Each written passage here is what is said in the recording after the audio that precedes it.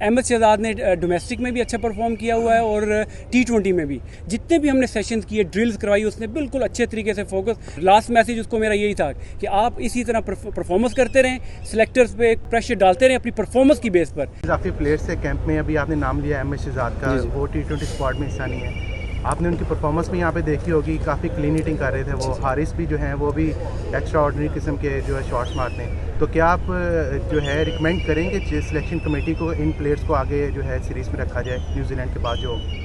देखिए, आपने अहमद की बात की और मेरा तो बल्कि कोलीग, मेरा जूनियर भी है और मुझे बड़ी खुशी हुई उनको देखकर।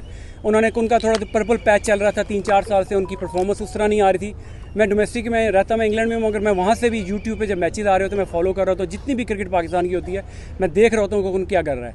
अहमद शहजाद ने डोमेस्टिक में भी अच्छा परफॉर्म किया हुआ है और T20 में भी। और मेरा उसको मैसेज यही था, मैंने कहा कि ओनली तुम अगर टीम में दोबारा जगह बनानी है तो यही तरीका है आपका। परफॉर्मेंस करें जहाँ आपको मौका मिले, आप अपनी फिटनेस उसका। मैंने देखा कि जितने भी हमने सेशंस किए, ड्रिल्स करवाई, उसने बिल्कुल अच्छे तरीके से फोकस। लोग बात तो करते थे उनके इस इशू की वजह से, मगर मैंने ये देखा कि वो काफ़ी चेंज अहमद में आई है। और इसी तरह लास्ट मैसेज उसको मेरा यही था कि आप इसी तरह परफॉर्मेंस करते रहें, सिलेक्टर्स पे प्रेशर डालते रहें अपनी परफॉर्मेंस की बेस पर।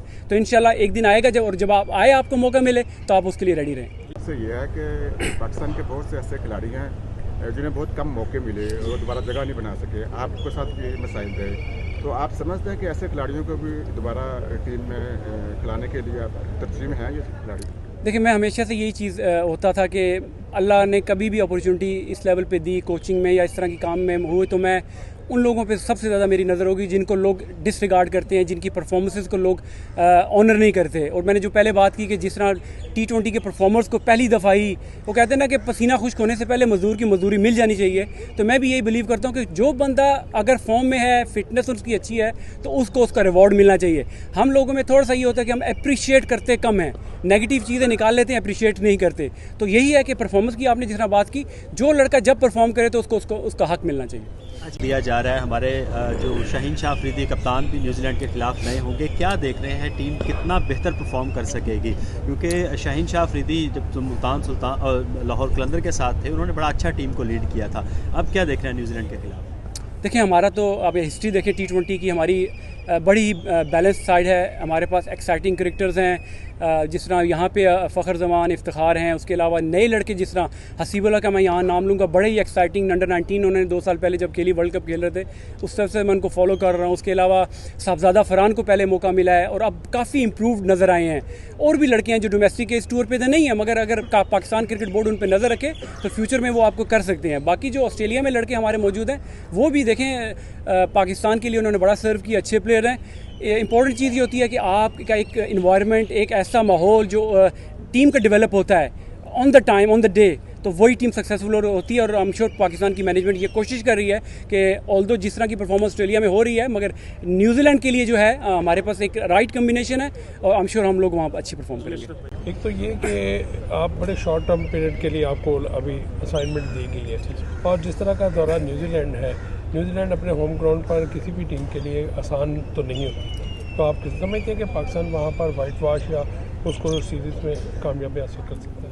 देखिए, शॉर्ट टर्म तो ये हर चीज़ यहाँ पे शॉर्ट टर्म ही चल रही है, छोटी छोटी चीज़ें हो रही हैं, महीने 2-2 महीने की हो रही है, तो वो तो कोई ऐसा है नहीं। दूसरा ये है कि परफॉर्मेंस की आप बात करें, देखिए आप T20 वर्ल्ड कप ऑस्ट्रेलिया में होता, उससे पहले न्यूजीलैंड में एक ट्राई सीरीज़ हुई थी, पाकिस्तान ने वो जीती थी। बांग्लादेश, न्यूजीलैंड, पाकिस्तान ऑब्वियसली अच्छा है इस फॉर्मेट में, अच्छे प्लेयर्स हमारे पास हैं और उम्मीद यही है कि हमने जो प्रिपरेशन यहाँ पे भी की, लड़के अप्लाई करेंगे अपने आप के। जो नए लड़कों को अपॉर्चुनिटी मिली है, सैम अयूब बड़े एक्साइटिंग क्रिकेटर है हमारे पास, और भी जो लड़के आएंगे इंशाल्लाह I am sure. Abbas Afridi एक अच्छे प्रॉस्पेक्ट हैं, अच्छे ऑलराउंडर बनने की उनमें सलाहियत है, उनका जो एटीट्यूड है मुझे बड़ा अच्छा लगा। हमने पास में ये देखा कि जो अगर बॉलर है तो वो सिर्फ बॉलिंग पे ही फोकस रखता है, मगर हमारी अपना होना ये चाहिए कि जो अगर बॉलर है तो उसको अपनी बैटिंग पे भी काम करना चाहिए। अब्बास में ये मैंने देखा कि वो अभी भी, बल्कि देखिए नेट में बैटिंग कर रहे हैं, कल परसों से भी वो बैटिंग कर रहे हैं। तो ये चीज़ हम अपने लड़कों में ये चीज़ हमने डालनी है कि अगर आपने पाकिस्तान के हायर लेवल पे खेलना है तो आपको ना या बैटिंग या बॉलिंग पे नहीं, आपको फील्डिंग, बाकी चीज़ों पे भी फोकस करना पड़ेगा अगर लंबे अरसे के लिए पाकिस्तान को सर्व करना है। तो समय था जिस तरह ऑस्ट्रेलिया में पाकिस्तान टीम 2 टेस्ट मैच हार चुकी है और तीसरे का भी बाकी है, अगर तीसरा भी हारती है तो इसके भी नतीजे होंगे T20 सीरीज़ पर?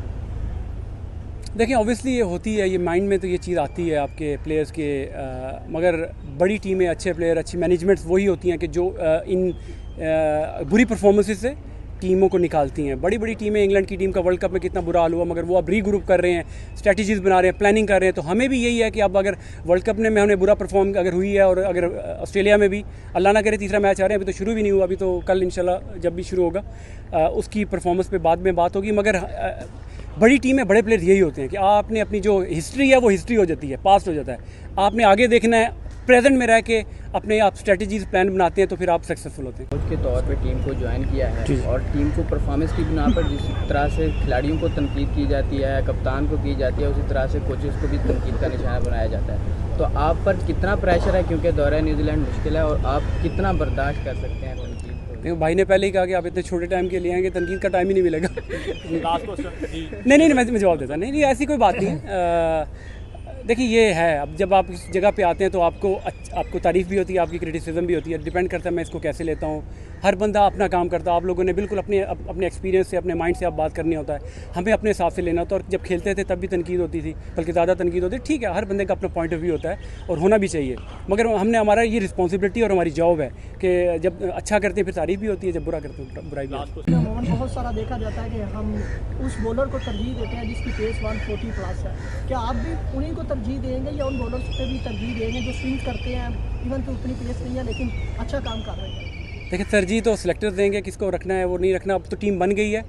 मगर ये है कि देखिए ये एक फैक्टर होता है किसी भी प्लेयर फास्ट बॉलर्स के लिए कि पेस एक फैक्टर होता है, मगर उसके साथ बाकी लवाजमात भी होते हैं कि आपने देखा है वो लड़का प्रेशर में कैसी बॉलिंग करता है। PSL की ये लीग्स हैं या जो लीग्स में परफॉर्मेंस करते हैं, ज़मीन आसमान का फ़र्क होता है। जब वहाँ पे खेलते हैं आप नेशनल टीम के लिए, अपने मुल्क के लिए खेलते हैं, प्रेशर पड़ता है आपको, जब टॉप क्लास बैटिंग के खिलाफ बॉलिंग करनी पड़ती है, वहाँ पर आपका टेस्ट होता है। तो हमने बाकी चीज़ों को भी कंसिडर करके किसी प्लेयर को अगर चांस देना है तो हमने ये सब चीज़ें देखनी है, फिटनेस लेवल देखना है।